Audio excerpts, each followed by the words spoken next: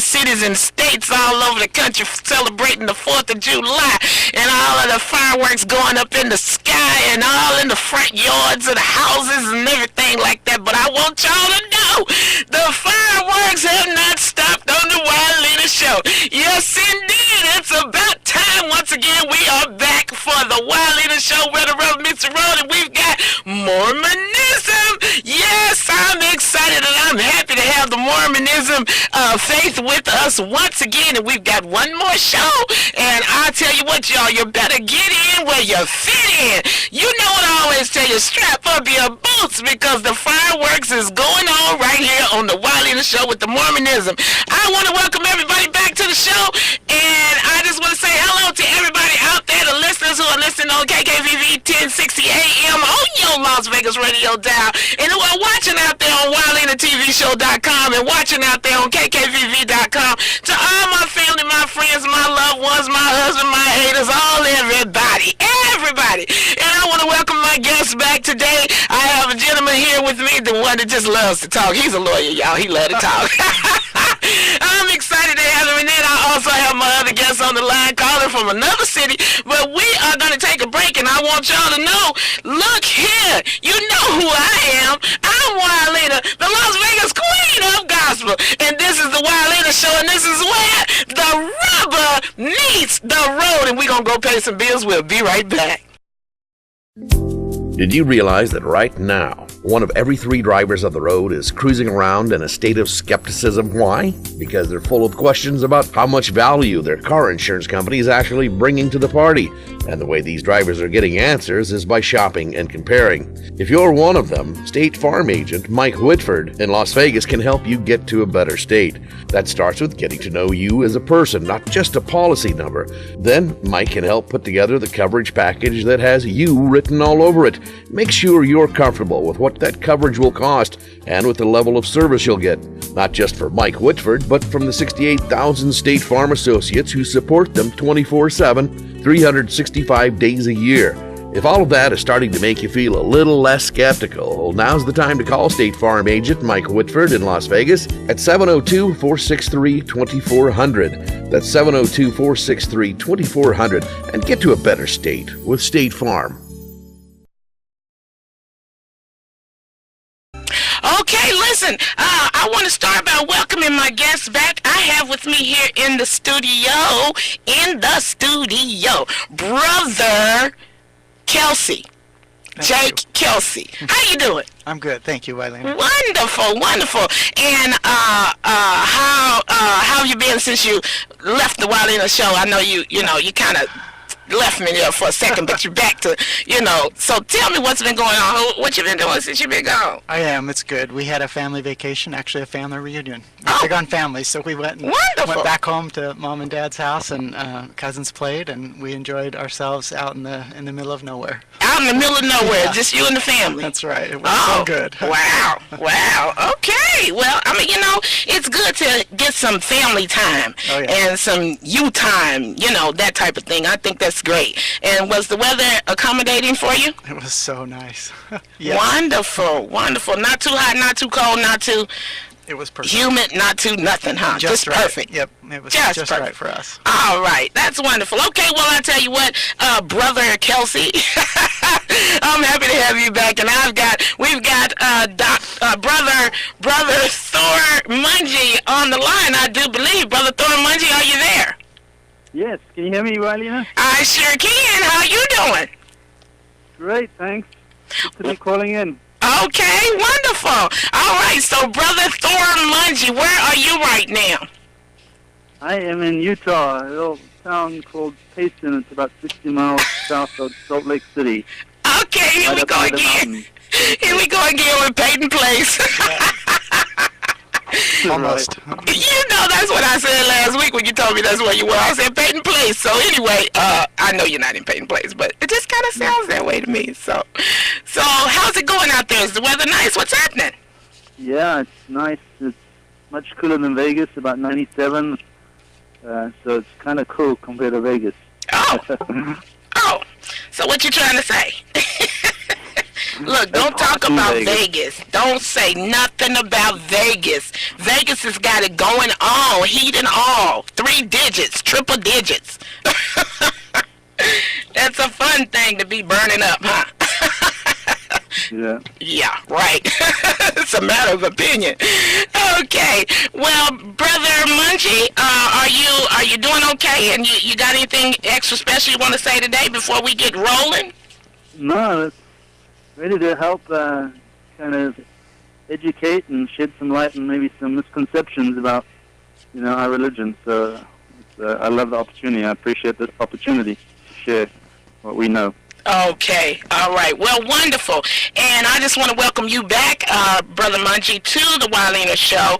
And thank you so much for taking time out of your very busy schedule to enlighten us and answer some of these rubber-meet-the-road questions that I have here. Okay, so I'm going to tell you, Brother Mungie, I'm going to tell you, Brother Mungie, and you, Brother Kelsey, strap up your boots, because it's about to be on. We get ready to let the rubber meet the road right here. I've got a lot of questions for you guys, so I hope you're ready. Are you ready? We are. Yes. Okay. Well, let's see.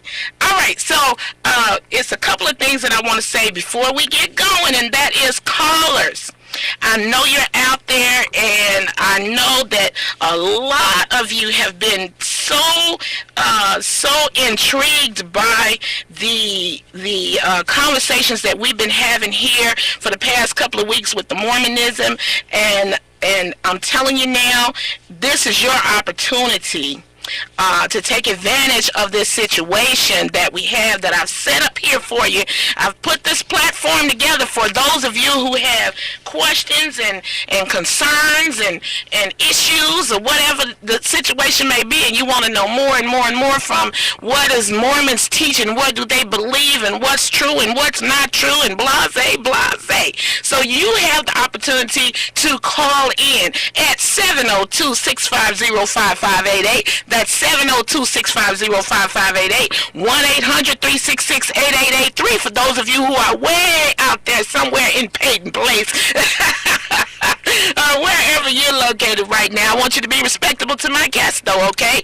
And we have the right to agree to disagree here on the WYLEANER Show, but do not be disrespectable, because if you do, I will let my invisible man do what we always do, and that's introduce you to a brand new clique. Okay, so we going to a break, and when we come back, the rubber is gonna meet the road. See you in a minute. Did you realize that right now, 1 of every 3 drivers of the road is cruising around in a state of skepticism? Why? Because they're full of questions about how much value their car insurance company is actually bringing to the party. And the way these drivers are getting answers is by shopping and comparing. If you're one of them, State Farm agent Mike Whitford in Las Vegas can help you get to a better state. That starts with getting to know you as a person, not just a policy number. Then Mike can help put together the coverage package that has you written all over it. Make sure you're comfortable with what that coverage will cost and with the level of service you'll get, not just for Mike Whitford, but from the 68,000 State Farm associates who support them 24/7, 365 days a year. If all of that is starting to make you feel a little less skeptical, well, now's the time to call State Farm agent Mike Whitford in Las Vegas at 702-463-2400. That's 702-463-2400, and get to a better state with State Farm.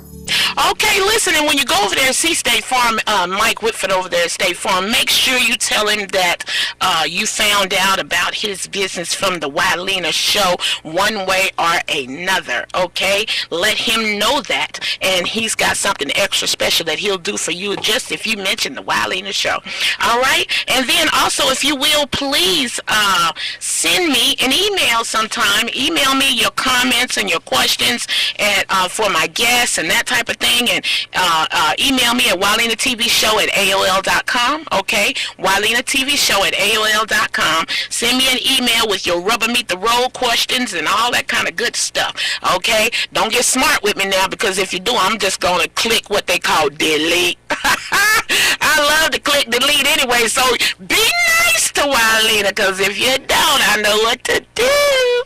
Anyway, I want to go ahead and get going here, because we want to talk to the Mormons about what they teach and what they believe. So last week we had woo, boy, I tell you, it was a rubber meet the road situation last week, and we're just gonna go right back into it today.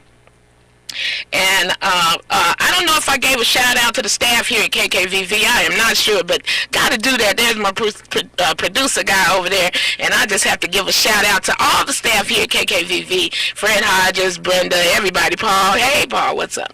Okay, so and Paul just had a birthday too. Happy belated birthday to you, Paul. Okay, all right. So I have a lot of folks that I know that had birthdays for the 4th of July and all that kind of stuff. These folks was coming in the world when everything was going up in a bang. All kind of fireworks was happening there. I guess their mothers told them, hey, the fireworks were just for you. Okay, all right. So, Brother Kelsey and Brother Mungie, are you with me? We are. Yes. Okay. Who is Joseph Smith, and what makes what he says and teaches to be gospel more than any other person on earth? Brother Kelsey? Yeah, two parts. So the first part, who is Joseph Smith? And then I'll also address the second part. Joseph Smith is, a person. He lived in the 1820s, 1830s. He essentially, his role and why he's important is that he somebody mentioned last week, I heard on the show, was listening to it, there was a period of religious revival and a lot of turmoil going on, a lot of churches coming in, people interpreting things different ways, saying, come here, join us, we've got the truth. Other churches saying the same thing. It's something that we kind of always have going on, but it was really going on at that point. And Joseph Smith is one who wanted to know.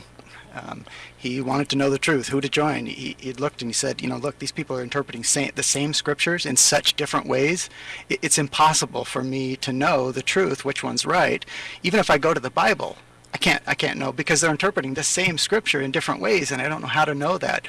But he read from the Bible. It's something his family did on occasion, regularly together. And he opened it up, read James 1:5 that says, if any of you lack wisdom, let him ask of God. And he thought about that, and he thought about that again and again. It kind of really just became the biggest thing, he could think about. And it was a very powerful thing, that came to him. And he just decided that, look, if I want to know, I need to ask God, because that's the source of truth. That's the only way for me to figure out what is true and what's not, and where to go and what I should do and what I shouldn't. And that's what he did. He found a place he set aside where he could be private, where it could just be him, and he went and he prayed, and ultimately received an answer. And despite all the great and grand things we often talk about with the situation with the appearance of God the Father and Jesus Christ his Son, and giving him instructions, he sums it up at the very end of all that by saying, I found that the Bible is true. The Scripture is true. If a man needs wisdom, he can ask God, and he'll get an answer. Okay, so that's what Joseph Smith said. He found that the Bible was true? Correct, yes. Okay, so how what was the need for the Book of Mormon if he found that the Bible was actually true? Yeah, it goes to a couple things. We read even in the Bible that in the mouth of 2 or more witnesses shall every word be established, and it goes back to in Ezekiel chapter 37. The prophet talks about the stick of Joseph and the stick of Judah. He says, look, take one stick, and the tribe of Judah will write upon it. And that's what we interpret as to mean the Bible. So prophets from the tribe of Judah wrote on their stick, and they wrote the truths and the prophecies of Christ. And he says, and take another stick, the stick of Joseph, and write upon it. And that's what we believe and understand to be the prophets of the Book of Mormon. Those are from the tribe of Joseph. And they wrote their prophecies and their understanding, the things that those prophets had received, revelations about Jesus Christ. And he says, in those two sticks, you'll join them together, and they shall be one stick, and they'll establish, the one shall establish the truth of the other shall establish the truth of the first. That's how we understand the Bible and the Book of Mormon to be, that those each of them are witnesses of Jesus Christ, that together stand together as a firm witness, and in the mouth of those two witnesses, his words established. Okay, so Brother Mungie, do you feel that the teachings of Joseph Smith are more accurate than the Bible itself, or about the same? No, not more accurate. The one supports the other, and so it's actually not Joseph Smith's teachings. We believe God's teachings, and so we believe that they support each other. So you believe that the Book of Mormon is God's teachings, not Joseph Smith's teachings? Correct. Yes. Is that what is taught in the Mormon faith? That the Book of Mormon is God's teaching and not Joseph Smith? Correct. So well, okay. So go ahead. Yeah, when they set up the church, it was set up as God's church, the Church of Jesus Christ. And so there's a scripture. Maybe Jake can help me out with that, where it says mustn't be built on like Moses' church. It's not Moses' church, it's God's church. And so you had all these prophets coming down the line. It wasn't their church, right? It was God's church. And so we believe it's God's church. Okay. And you believe that the Book of Mormon is God's book, not Joseph Smith's book? Yes.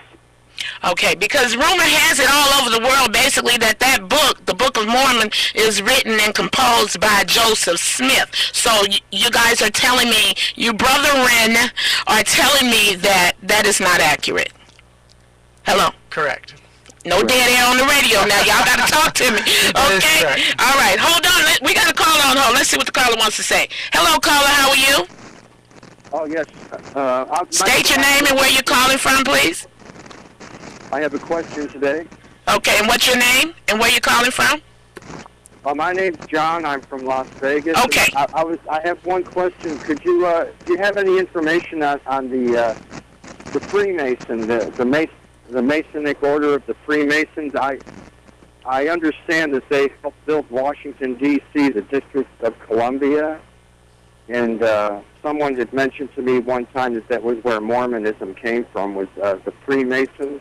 Does anyone have any information on that? Yeah, it doesn't come from the Freemasons. I think I know that there certainly probably were many members of the church who maybe had been Freemasons or things. Maybe there are some similarities in some ways, certainly not in other ways. But no, there's no kind of formal relationship, or one didn't spring from the other. Although people I know have searched for links or similarities, and there's similarities. No more similarity there than there is with other denominations. Okay, Dr. Mungie, Brother Mungie, would you like to elaborate as well on that question? Yeah, you got 30 seconds. Yeah, no more really to elaborate. Just people trying to draw, similarities. But I think some members were, Freemasons at that time. But but nothing else. Okay. To add. Okay, well, John, thank you for listening, and thanks for calling in with that. I hope they answered your question the way you were anticipating. I'm not exactly sure, but anyway. Thank you, John. There you go, John. There's your answer. Okay, so listen up, everybody. We have to pay bills. I do have to pay bills around here, because otherwise we won't be sitting here. So we're going to take a break, and we'll be right back. Did you realize that right now, one of every 3 drivers of the road is cruising around in a state of skepticism? Why? Because they're full of questions about how much value their car insurance company is actually bringing to the party. And the way these drivers are getting answers is by shopping and comparing. If you're one of them, State Farm agent Mike Whitford in Las Vegas can help you get to a better state. That starts with getting to know you as a person, not just a policy number. Then Mike can help put together the coverage package that has you written all over it. Make sure you're comfortable with what that coverage will cost and with the level of service you'll get, not just for Mike Whitford, but from the 68,000 State Farm associates who support them 24/7, 365 days a year. If all of that is starting to make you feel a little less skeptical, well, now's the time to call State Farm agent Mike Whitford in Las Vegas at 702-463-2400. That's 702-463-2400 and get to a better state with State Farm.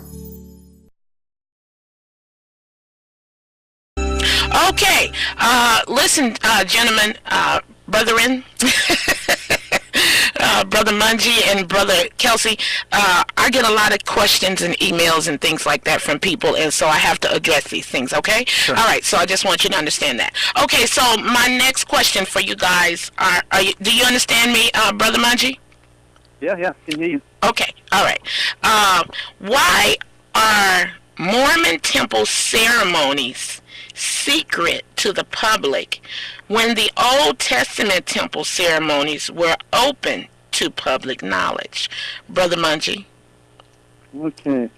Well, as I always say on this show, I'm not an official representative of the church, just this is Brother Mungie, a member of the church, giving my opinion, and shedding some light. So, well, just tell the truth to the best of your ability. Yeah, exactly. Okay. So, we don't use the word secret. And so we say sacred. And so just like, and so we, are doing sacred things and learning about, Heavenly Father's plan. And so, we don't call it sacred, it's more sacred. And so if you have something very valuable, you want to kind of protect it and cherish it, and not defile it. And so just like, I don't know, if you wanted to get into a concert, you need a pass, to get into that. They won't just let anyone. You have to have your admission, and we have something called the Temple Recommend that any member of the church can have as long as they are, living righteously, basically the bottom line. And so, maybe Jake can comment on the Old Testament. I don't know a lot about the Old Testament temples. I just know a lot about our temples. So you're saying that anyone that's a member of the congregation can go into the temple? As long as they are living righteously, basically. As long as they're living righteously. Who knows? Well, we have an interview with the bishop, state president, our leaders, and just to make sure that we're living righteously. So if I am a murderer or I have, committed adultery, I won't be able to get a temple recommend. That's, Okay, so as far as the bishop knows, if he hasn't heard anything bad about you or whatever, that you out there in the street doing blah, blah, blah, then you, as a member of the Mormon temple, the Mormon congregation, any stake, any ward can go into the temple. It is not off limits to the members of the congregation as long as they don't have a bad rap with the church. Is that correct? Correct. Is that correct, Brother Kelsey? Yeah, and it is, essentially, in a nutshell, that's how it is. And ultimately one of the questions is, do you consider yourself worthy in every way to go into the temple? So, that's one of the questions you're asked in this interview you referred to. So, it's one of those things where it's between you and God, really, when it comes to the bishop or the bishop or the president or whatever is going to ask you. I'm going to say bishop because you said you guys have bishops. Yeah. So the bishop is going to ask you, do you feel that you're worthy to go into the temple? Yes. Is that they're going to ask you that question? Oh yeah, absolutely. Before they allow you to go into the temple? Every single time. That will be one of the questions. Okay, so if I say yes, I'm worthy. Yeah, and is he going to say no? I don't think you're worthy. No, there's obviously other questions, but and he's entitled to inspiration. But at the same time, it comes down to you and your relationship with God and your honesty toward God. Right. And so ultimately, yeah, absolutely, and it's to your benefit or your detriment to answer honestly. Detriment. Wait a minute now. Hold on. Let me take this caller because see, you just threw something at me right there. I don't like that. I'm gonna come back at you in just a minute. You wait.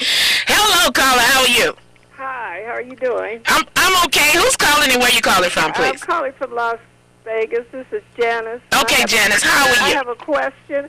I'd like to know the relationship between the Mormon Church and genealogy. Okay, Sure. stay on the line. Brother Kelsey, you want to address that? Sure. Yeah, genealogy is wonderful. It's so important. One of the most fundamental and basic principles of our faith is that families are eternal, and that stretches not just from it doesn't extend to just the immediate family, husband and wife, but it extends back generations, forward into future generations, and that we one of our basic doctrines of our principle is that we have an obligation and responsibility to reach out and find out about, learn from, and assist past generations, our ancestors, and that means genealogy. We have a huge genealogy network, FamilySearch.org.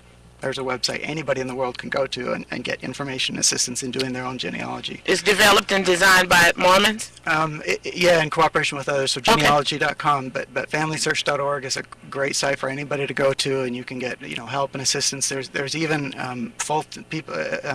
couples who are full-time service. This is kind of one of the things they do as missionaries, is they just help people, anybody. It's not just members of the church, but anybody do genealogy. Genealogy is supremely important, more important than probably a lot of us as members recognize. So what if you don't know anything about your past? Can they still help you anyway? Yeah, start with your own name, start with your parents' names, and go from there. What if you don't know your parents' names? You can start with your own name. And Really? Start with names, dates, places, birthplaces, whatever information you have, you can start with. What if you don't have a birth certificate? That's okay too.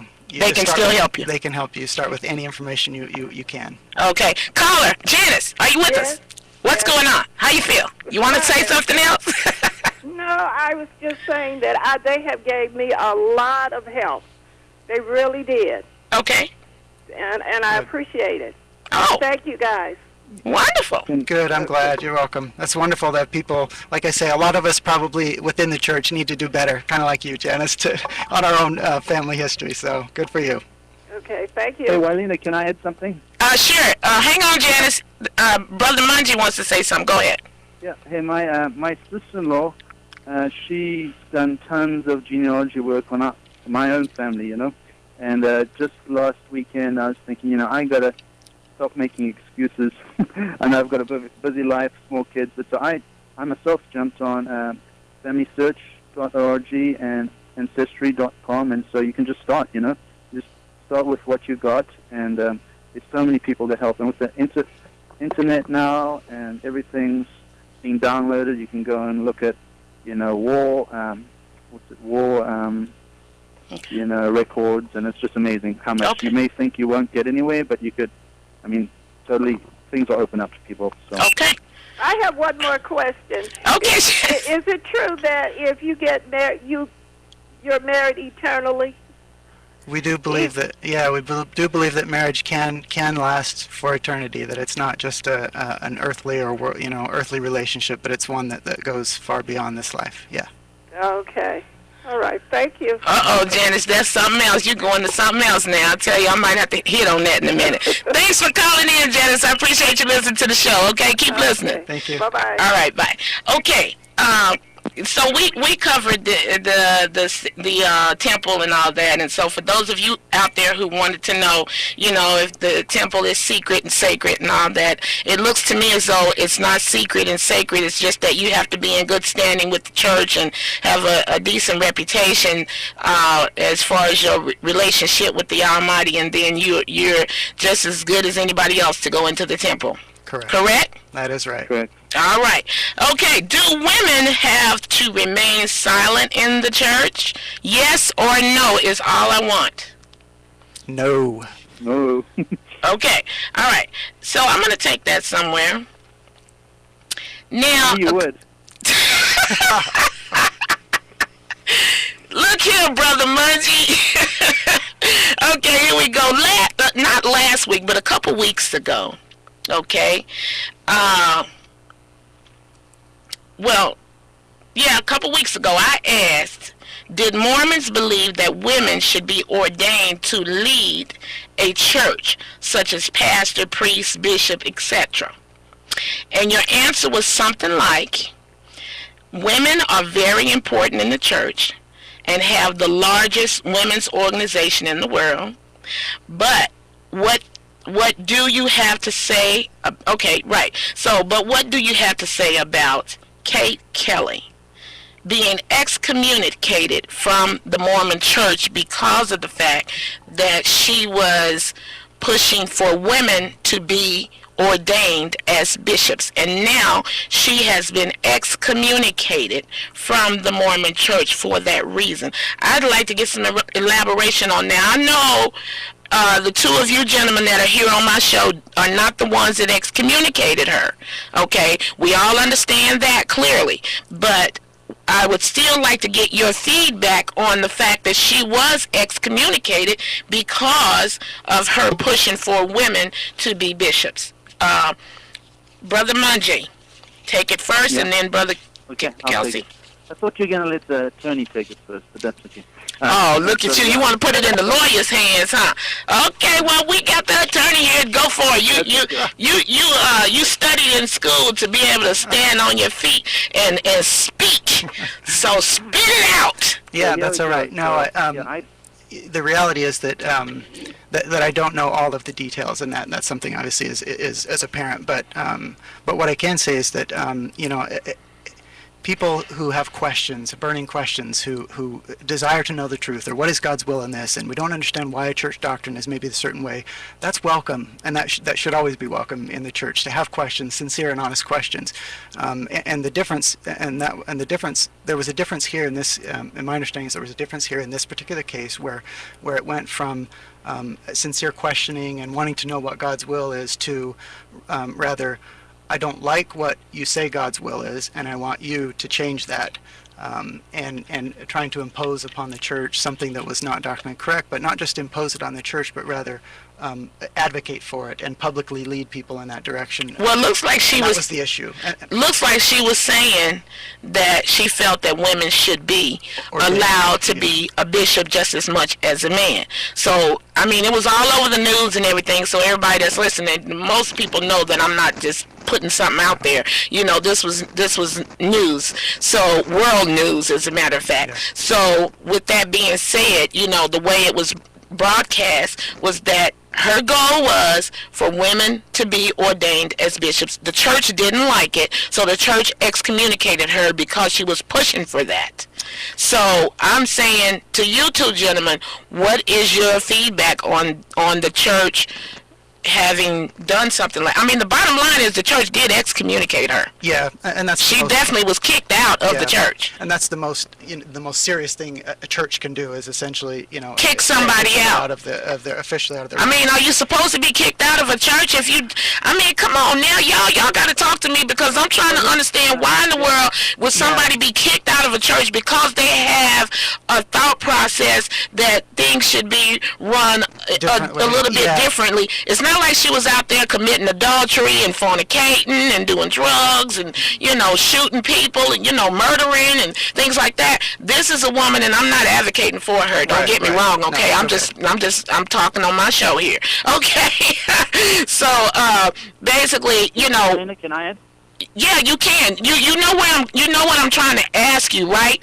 I'm just trying to find out what is right about the church kicking the woman out because she wanted to push for women to be bishops. What's right about that? I don't know all the minor details, but it sounds like she was really trying to change the doctrine, right, of the church, and so that's a big deal. And so you can't have, in my opinion, people just trying to change the doctrine, because that's frankly why you end up with all these offshoots of all these little different religions, right? Someone has their own opinion again and says, oh, I don't agree, and then so they go off basically and start another splinter group, right? And you glossed over,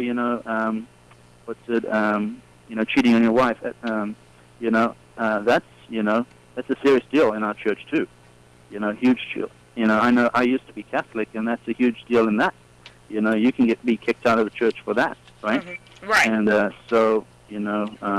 but I think she was trying to, kind of canvassing, trying to get opinions changed, and she wanted the church to change the doctrine.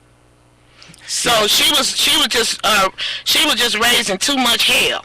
And here's in the church is basically what it boils down to, right? She wasn't excommunicated for having the question or for wanting something different. she was excommunicated for advocating and drawing others away with her against speaking out against fundamental and basic church doctrine. And so there's that's a big difference. And then the other thing is she's not gone forever. In fact, the invitation is there, open arms invitation for her to come back and well, I think she's gone for a year, right? Yeah, at least 1 year. Uh-huh. Yeah. And during that period of time, assuming she decides that, what, there were blessings there that I need and want. She's absolutely welcome to come back in. So she got put in a timeout. You could put it that way. That's where the rubber meets the road, okay? She got put in a timeout. So if she chooses to behave or misbehave again, that's going to depict whether or not she gets to come out of timeout, right? Hello. Anyway, we're going to move on. Okay, guys, I know y'all said, boy, that WYLEANER, she is something else, and you are right. Okay, let me see here. What else do I have for you? Does the Bible or the Book of Mormon teach against women teaching and ministering to men in leadership positions? If so, where is it located? Brother Mungie? Say that again. Sorry, I couldn't catch that. Okay, does the Bible or Book of Mormon teach against women teaching and ministering to men in leadership positions? If so, where is this located? That's a tough one. I'm not sure if it's teaching against women to hold any, positions in the church. I just think, I don't know, we believe that, the males of the church hold the priesthood, but through that, everyone's blessed. And so, that's kind of my view on that. So the bottom line is, and that's what this deal was all about, even with Kate, is the bottom line is men are the leaders in the congregation, in the Mormon church. That's it, that's all. And women have a different position, and that's it, that's all. There's no women bishops, there's no women, because you don't call them pastors anyway, you call them bishops, right? So there's no women bishops, which we would call AKA pastors, or I'm not going to say we, I'm going to say the rest of the people that are not Mormon would call them pastors. So you don't believe under your teaching that a woman should be a pastor. WYLEANER, if anyone came to our church and sat in on the church services, and then also sat in on any meetings that the different associations have, you'll see that there is huge input from everyone. Yeah, there are teachers. Male, female, Jake sits on a meeting every week, and there's representatives of the bishop with his assistants, a group leader from the men, group leader from the women, group leader from the young people, from the primary, from everyone. So everyone's getting, and most of the leaders, I don't know. It's about even down the middle, half and half women and men on that council. Okay. Yeah. Okay. Listen, we got a caller on the line again. Hold on. Hello, caller. How are you? Pretty good. I wish that we would go back to the original Christianity. Do the Mormons study the Dead Sea Scrolls?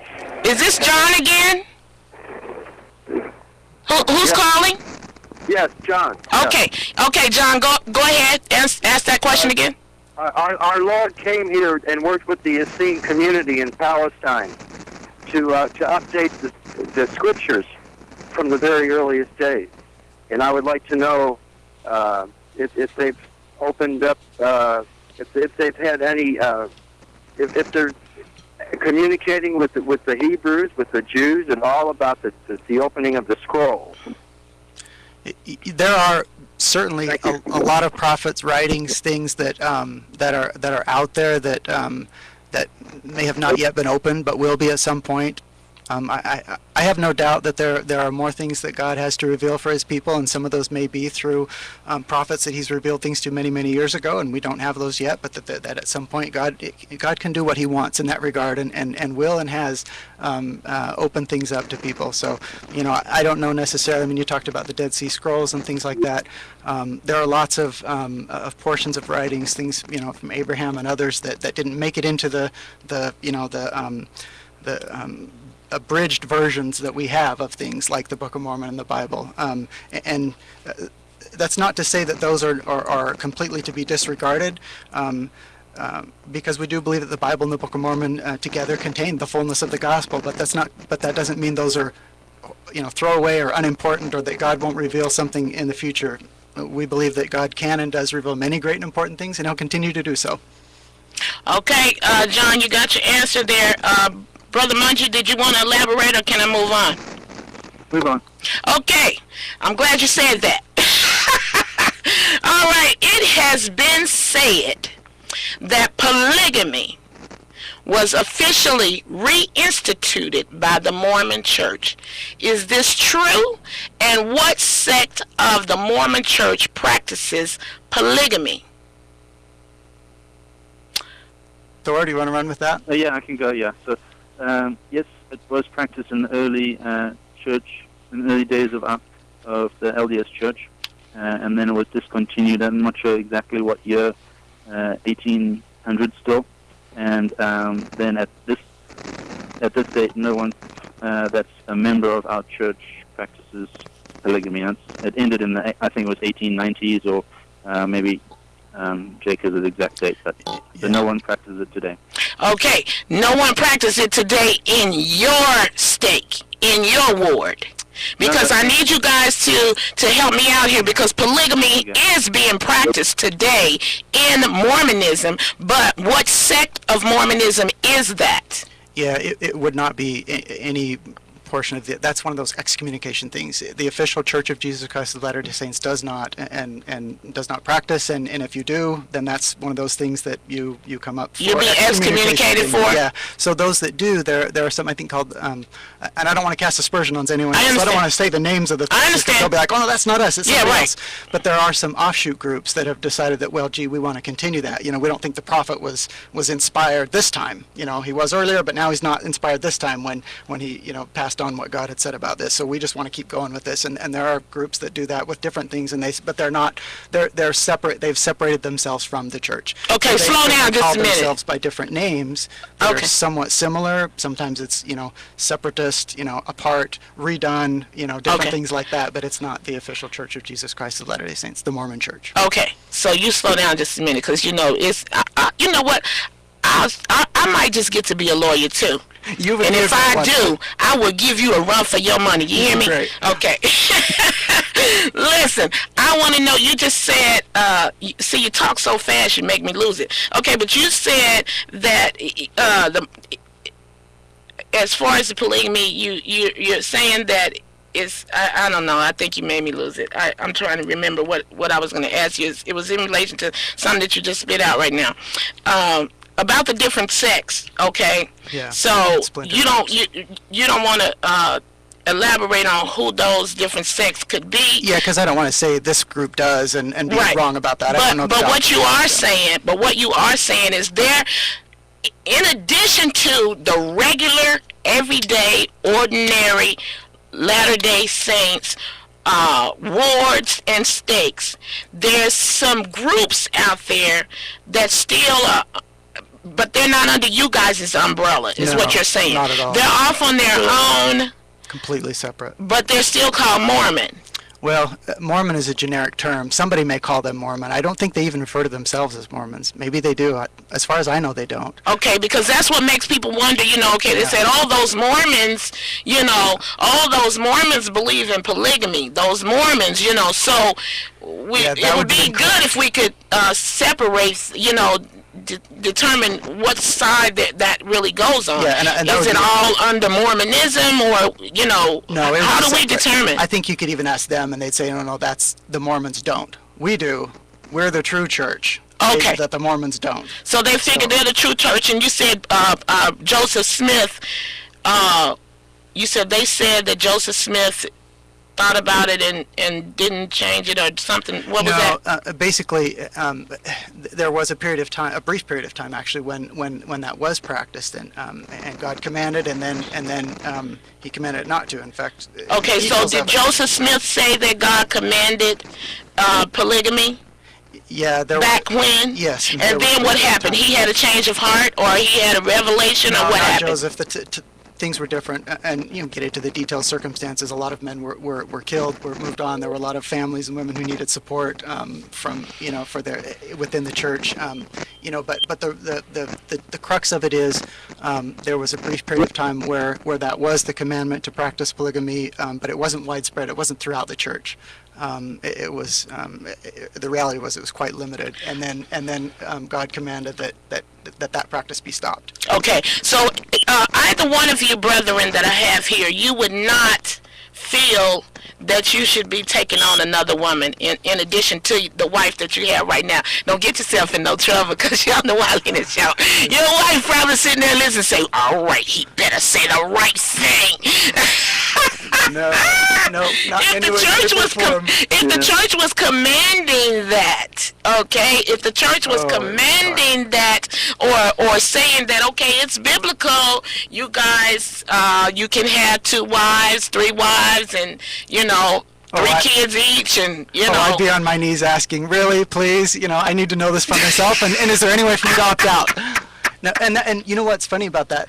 If you read, that was Joseph Smith's thoughts at the time, was, wait, really? Please? Is there any way for me to opt out? Oh, okay. So you're saying that Joseph Smith really did not agree with that in the first place? Well, yeah, internally he himself didn't. But, when God commands, man obeys if he wants to be with God. So whichever way it goes. Brother Mungie, Brother Mungie, are you out there? Yeah, I'm just being quiet. And also, there weren't that many members that did practice polygamy. And also, a lot of time they were taking in widows and things like that. So this is just Brother Mungie's opinion. I think it was kind of one of the ways to kind of help maintain the church, also grow the church. But it wasn't practiced by every member. It was almost a calling, and then and if you look in the Old Testament, there's actually polygamy in the Old Testament. But so it was only practiced for a short period. Also in our church, we truly believe to follow the laws of the land as much as possible and the government, and so I think that was also one of the pressures to fall in line with the laws of the land. And okay, listen. If having a physical body is necessary to become a god, how did Jesus become a god before he had a body? Yeah, and that would come down to how do you define God? I think in that sense you're going to have a couple different definitions of God there. Jesus was the God of the Old Testament, when he talks about Jehovah and who he was.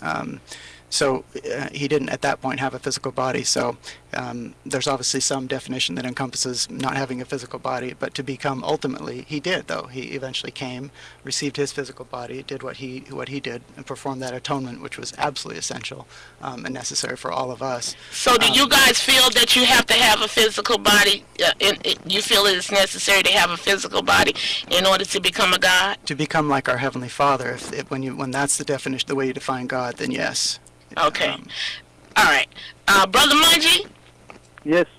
It has also been said that the Mormon faith believes that you should baptize the dead and or baptize on behalf of the dead.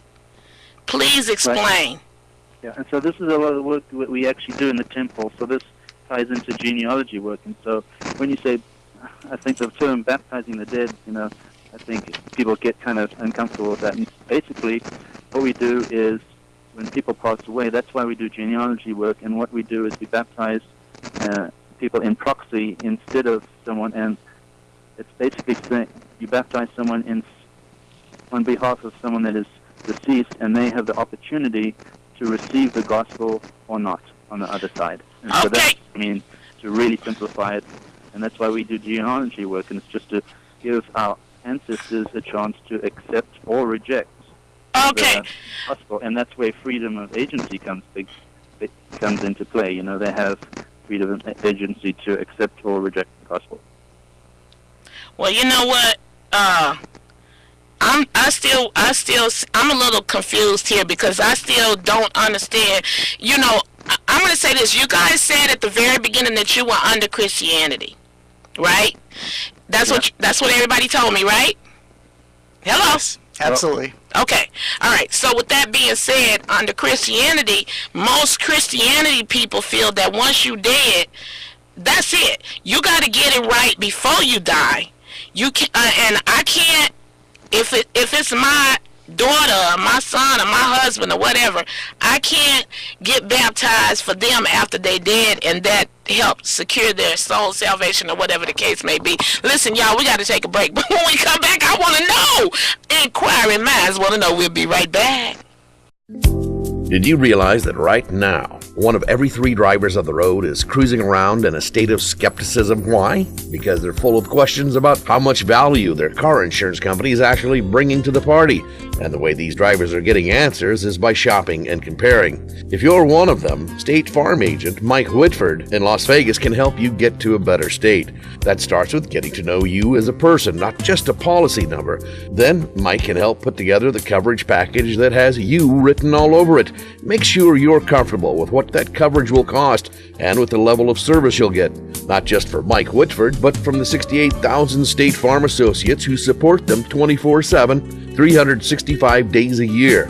If all of that is starting to make you feel a little less skeptical, now's the time to call State Farm agent Mike Whitford in Las Vegas at 702-463-2400. That's 702-463-2400, and get to a better state with State Farm. Hi, this is WYLEANER, the Las Vegas Queen of Gospel. First of all, I really do appreciate your listening and viewing my show every week. I would greatly appreciate your financial assistance as well to keep my show on the air. Please just make some type of contribution. $5, $10, $20, $50, $100 or more. Whatever you desire. Please log on to www.WYLEANERTVshow.com and click the pay button. Or please send your check or money order to WYLEANER, that's spelled WYLEANER, to 420 North Nellis Boulevard, Suite A3, Las Vegas, Nevada, 89110. Also, if you would like to be a guest on the show, please call 702-242-2100 or email me at WYLEANERTVshow@AOL.com. That's all for now, and thanks again for your continued support. Blessings to you too, and this is where the rubber meets the road. Okay. You know, I'm just trying to understand you guys, okay? If you're supposed to get salvation and get it all right before you die, so what good is it going to do for me to get baptized for somebody that's in my family or, you know, that I love or whatever after they're dead and gone? What good is that going to do? How can you fix that? Brother Kelsey? Sure. Yeah. If I'll start by going to the Bible. And that baptism. Yeah, that's good. Is it biblical? Yeah, it is, and it shouldn't be a a surprising or unfamiliar thing. When Paul in 2 Thessalonians, when Paul was talking to the Thessalonians, he was teaching about resurrection, telling them that there is a resurrection, and Christ brought about a resurrection. He says, else why then are they baptized for the dead if the dead rise not at all? And he says, why are we doing baptisms for the dead if the dead are not going to be resurrected at some point? And he wasn't teaching them about baptisms of the dead. He was telling them, look, this is something you're familiar with, and why would we be doing that if it wasn't that there was a resurrection? But there is a resurrection. People will be raised from the dead. And to me, this is one of the evidences of the mercy that God has. And our understanding of this doctrine is that there is no person on the earth that lived during a time that when there was no gospel, no church, no opportunity to hear the gospel, no opportunity to even know the name Jesus Christ. Those people aren't left out in the cold, so to speak, without baptism, without things like that. This is essentially a way that God has given for us to link generations together, to allow us to perform an ordinance for and behalf of someone else, and they have the opportunity. If they were a person who would have accepted had they had an opportunity here, that's the type of person that will accept it then. Otherwise, they can reject and move on, just as they would have here had they been given that opportunity. In other words, there's no person who lives on the earth that's exempt from that has no opportunity or will never have opportunity. Young, old, whenever they died, wherever they lived, whenever they lived, they all have the opportunity to accept Jesus Christ. Brother Manji? Yeah, to give everyone the opportunity to accept or reject the gospel. Just as simple as for me. So. So I still don't feel like I really got my answer though. You know, I'm just not. I don't know. For some reason, I just can't seem to bite down on somebody getting baptized for somebody that's already dead. Yeah, well, think about someone who lived in the Middle Ages or something, or in a place or time where there's just no understanding or recognition or teaching about Jesus Christ or his gospel. And they live, they die, they move on. Those people, under Christian doctrine, those people would not have entered into the straight and narrow way, the only way to salvation and eternal life. That would be baptism and obedience to the ordinances of the gospel, and this is how we believe it's done. And there's, like I say, examples within the Bible that New Testament prophets did the same. Okay. Well, I tell you what, Brother Munchie, thank you very much for tuning in and calling in from Peyton Place.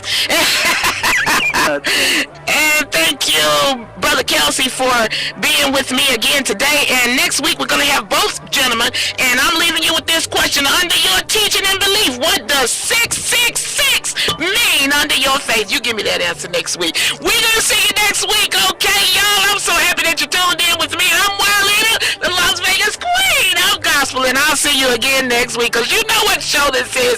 This is where the rubber meets the road. See you next week.